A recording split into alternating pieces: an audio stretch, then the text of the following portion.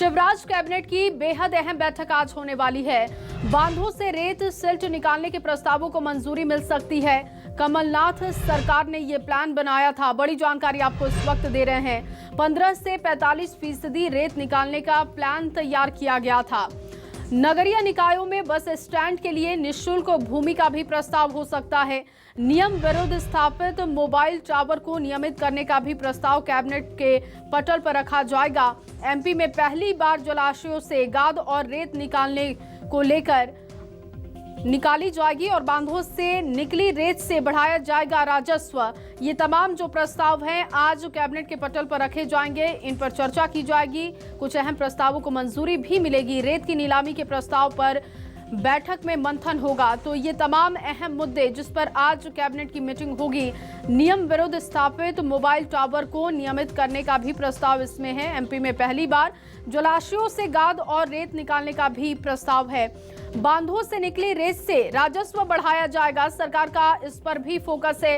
रेत की नीलामी के प्रस्ताव पर बैठक में मंथन किया जाएगा। आपको बता दें कि नगरीय निकायों में बस स्टैंड के लिए निःशुल्क भूमि का प्रस्ताव है और नियम विरुद्ध स्थापित मोबाइल टावर को लेकर भी कैबिनेट के पटल पर प्रस्ताव रखा जाएगा। ये तो तमाम अहम मुद्दे जिस पर आज कैबिनेट की मीटिंग में चर्चा की जाएगी। कई अहम प्रस्ताव हैं जिन्हें कैबिनेट से मंजूरी भी मिलेगी। तो बड़ी जानकारी लगातार आपको दे रहे हैं। शिवराज कैबिनेट की बैठक आज है। अब से थोड़ी देर बाद ये बैठक शुरू हो जाएगी। नियम विरुद्ध स्थापित मोबाइल टावर की भूमि को लेकर भी प्रस्ताव है। शिवराज कैबिनेट की बैठक में कई अहम प्रस्तावों पर मुहर लगेगी। बांधों से रेत सिल्ट निकालने का प्रस्ताव भी रखा जाएगा।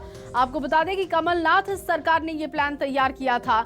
15 से 45% रेत निकालने का प्लान तैयार किया गया था। नगरीय निकायों में बस स्टैंड के लिए निःशुल्क भूमि का प्रस्ताव भी कैबिनेट के पटल पर रखा जाएगा। और इसी खबर पर ज्यादा जानकारी के साथ शब्बीर अहमद भोपाल से मौजूद हैं। शब्बीर, शिवराज कैबिनेट की बैठक आज होने वाली है। कब ये बैठक शुरू होगी और किन मायनों में ये बेहद अहम है? बिल्कुल, काफी अहम ये बैठक है क्योंकि शिवराज सिंह चौहान की आज कैबिनेट में जो प्रस्ताव लाए जा रहे हैं उसमें उनके राजस्व को बढ़ाने को लेकर मेन फोकस रहेगा। मंत्रालय में 11:30 बजे ये बैठक होगी जिसमें तमाम जो शिवराज कैबिनेट के मंत्री है उसमें वो शामिल होंगे। सबसे महत्वपूर्ण जो प्रस्ताव है उसकी बात करें तो 4 बांधों से खाद और रेत निकालने को लेकर प्रस्ताव आएगा और उस पर फैसला लिया जाएगा। जो मध्य प्रदेश की बात कर रहे हैं, जिस 4 जलाशय की बात की जा रही है वहां से खाद निकाली जाएगी, मिट्टी निकाली जाएगी और रेत निकाली जाएगी। मिट्टी जो है वो किसानों को दे दी जाएगी और रेत जो है वो बाकी के इस्तेमाल में ली जाएगी। लेकिन इसको लेकर कई तरह के सवाल भी उठते रहे हैं। पर्यावरणविद इसको लेकर सवाल उठाते रहे हैं कि हमने देखा है कि रेत को बड़े तालाबों से या फिर दूसरे इलाकों से जो निकाली जाती थी मध्य प्रदेश में, या फिर हम नदियों की बात करें तो कई जगहों पर यह समस्या आई है कि अब वहां पर अवैध उत्खनन भी बढ़ा है और उसके बाद नदियां भी छोटी होती जा रही है। इन्हीं बात को ध्यान में रखते हुए पर्यावरणविद ने इसका विरोध भी किया है। लेकिन आज इसके कैबिनेट में यह प्रस्ताव आ रहा है। आपको बता दें कि ये जो प्रस्ताव आज कैबिनेट में आ रहा है इसे जो है कमलनाथ सरकार लेकर आई थी और उसका उद्देश्य भी यही था कि जो सरकार है उसका जो खाली खजाना है उसको किसी तरह से भरा जाए। लेकिन इन सब के बीच आज ये बैठक में फैसला लिया जा सकता है और ये बड़ा फैसला लिया जा रहा है। अभी तक जो है मध्य प्रदेश में नदियों से जो है रेत निकाली जाती थी रॉयल्टी के तहत, लेकिन बांधों से नहीं निकाली जाती थी। लेकिन ये बड़ा फैसला लिया जा रहा है। इसके साथ साथ आपको ये भी बता दें कि पिछली जो कैबिनेट बैठक हुई थी उसमें रॉयल्टी को लेकर भी फैसला लिया था। जो बांधों की रॉयल्टी थी वो बाकी रॉयल्टी से दोगुनी थी और उसको लेकर फैसला ये लिया गया था कि आधी कर दी गई थी। यानी दूसरे जिस तरीके से रॉयल्टी दी जाती है नदियों से जो रेत निकाली जाती है उसके हिसाब से इसकी भी रॉयल्टी तय की गई है। तो बड़ा फैसला है।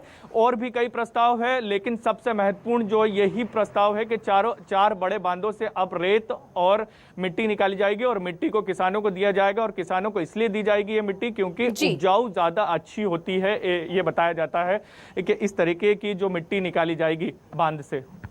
जी, जिस तरीके से शब्बीर, नगरीय निकाय चुनाव भी सामने है और ऐसे में सरकार कोशिश करेगी कि ज्यादा से ज्यादा जनता के हित के जो प्रस्ताव हैं उन पर मुहर लगा सके। बिल्कुल, नगरीय निकाय चुनाव है, इसी को ध्यान में रखते कुछ दिन पहले यह भी फैसला लिया गया था कि अवैध कॉलोनियां जो है उसको वैध किया जाए क्योंकि बड़ी संख्या में चाहे हम मध्य प्रदेश की राजधानी भोपाल की बात करें, इंदौर की बात करें, ग्वालियर की बात करें, जबलपुर की बात करें, ऐसी कई कॉलोनियां हैं जो अवैध है और बहुत बड़ा वोट बैंक माना जाता है। और इसी मद्देनजर कई फैसले ऐसे लिए जा रहे हैं सरकार की तरफ से जिससे आम जनता को वो कनेक्ट कर सके, अपने वोटरों को लुभा सके, क्योंकि जिस तरीके से तैयारियां की जा रही है इलेक्शन कमीशन द्वारा, तो उम्मीद ये है कि सितंबर अक्टूबर तक अगर थर्ड वेव नहीं आती है तो चुनाव हो जाएगा। क्योंकि 2020 में फरवरी की बात करें तो कार्यकाल भोपाल के नगर निगम का खत्म हो चुका, तकरीबन 1.5 साल हो गए हैं, चुनाव नहीं हुए हैं, यहाँ पर किसी तरह का महापौर पार्षद नहीं है। तो सरकार की तरफ से प्रयास तमाम उन तरह के फैसले लिए जा रहे हैं जिससे वोटरों को कनेक्ट किया जा सके और आने वाले चुनाव में जीत हासिल करे।